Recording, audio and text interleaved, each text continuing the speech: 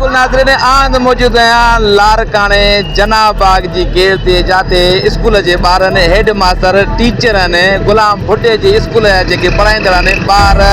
Teacher ऐं plus में हेड master उन्हनि हिते रोड बंदि कयो आहे ऐं बायूं टायरनि खे ॾेई करे एहतजाज कयो त असांजी बजट घटि थी अचे असांजी बजट 3 लख रुपया थी अचे वधीक हेड मास्टर खां ऐं टीचर खां पुछो छा चवणो आहे जी बजट तमाम घटि ॾिनी थी वञे। नालो छा आहे गुलाम भुट्टो स्कूल हाई स्कूल आहे 9th मैट्रिक उते क्लासिस हलनि था उन बावजूद असांजे स्कूल खे बजट तमामु घटि ॾिनी थी वञे 1800 ॿारनि थी 3 लख बजट सिर्फ़ु जीअं त असांजे भरिसां वारा ॿिया स्कूल्स आहिनि उन्हनि खे वधीक बजट ॾिनी वञे in the very low strength student जी स्ट्रेंथ तमामु घटि आहे फिर बि उन्हनि खे ज़्यादा अमाउंट ॾिनो थो वञे इन जी रीज़न छा आहे असांजे स्कूल सां हेॾी नाइंसाफ़ी छो आहे जेके बि असांजे स्कूल खाते में वस वारा आहिनि जेके बि सरदार शाह खे असां अपील कंदासीं त हू काइंडली इन शइ ते गौर कनि त ईअं छो थो थिए वञे एॾो इंजस्टिस छो आहे अगरि स्टूडेंट स्ट्रेंथ खे ॾिठो वञे त पोइ त असांजे स्कूल खे ज़्यादा बजट ॾिनी वञी ॾियणु घुरिजे अगरि तव्हां ई स्कूल स्ट्रेंथ खे ॾिसो न असांजे स्कूल जी स्ट्रेंथ 1800 आहे उन बावजूद एॾी घटि बजट असां जॾहिं त ॿिया जेके सराउंडिंग में असांजे स्कूल आहिनि DCS पार्क गजनपुरा उन्हनि जा 600 ॿार आहिनि 800 ॿार आहिनि जिन खे 40 लख 50 लख रुपया बजट मिली आहे असांजे स्कूल में 2 सालनि खां वठी SMC बि न आई आहे असांजे स्कूल जी कंस्ट्रक्शन जो कमु रुकियो पियो आहे असांजे स्कूल में वाशरूम जी सहूलियत ॿी का बि असांजी सहूलियत न आहे फर्नीचर जी खोट आहे उन करे असांजी डिमांड आहे त असांखे बजट ॾिनी वञे त जीअं असांजे स्कूल में बुनियादी ज़रूरतूं पूरियूं करे सघूं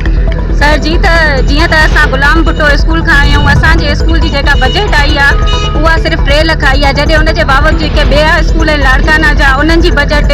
हालांकि एनरोलमेंट जेका असांजे स्कूल जी आहे उहा 1800 आहे ॿियनि स्कूलनि जी जेका आहे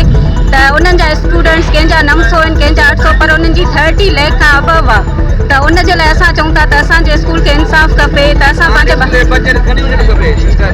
जीअं 3 लख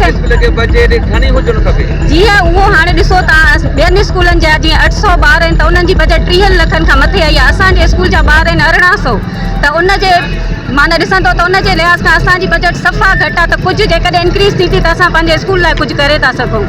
असांजे स्कूल में वाटर मशीन न आहे पाणीअ जी सहूलियत न आहे वॉशरूम सही न आहे जेको आहे कमु हले पियो असांजे स्कूल जो उहो अध में बंदि कराए छॾियो अथनि त असांजे स्कूल में हिन वक़्तु जेके आहिनि इलाही क्राइसिस आहिनि जेके असां चऊं था जेकॾहिं बजट ईंदी त असांजे स्कूल मां हिन मां काफ़ी सारो कमु थी वेंदो ऐं मासूम ॿार जेके पढ़ी रहिया आहिनि त असां उन्हनि जे फ्यूचर लाइ अॼु निकिता आहियूं जे उन्हनि जो असां फ्यूचर अॻिते सुठो करे सघूं बिल्कुलु नाज़रीन तव्हां जे टीचर जूं ऐं हिन जो मौक़ो बि इहो पुछो त गुलाम भुट्टो जो स्कूल आहे उन नाज़र थी वञे ॿियनि जी जेकी बजट आहे उहा 18 लख रुपया 15 लख रुपया बजट आहे असांजी जेकी बजट आहे असांजी बजट आहे कुल 3 लख रुपया ऐं असांजे स्कूल में बि 1800 ॿार पढ़िया थो वञे ॿियनि स्कूल में बि 600 500 ॿार पढ़िया थो वञे अहिड़ी नीत सभु हुनजी इहा ई अलाए खां अपील थी कजे त ख़ुदा असां हेल्प करिणी असांजी जेकी बजट वधे असां पंहिंजे ॿारनि खे सहूलियत ॾियूं वाशरूम थधो पाणी वग़ैरह हर शइ करे सघूं नातल जो गॾु मुंहिंजी सिंधी जो रिपोर्टर लाला तुरमान तुनियो।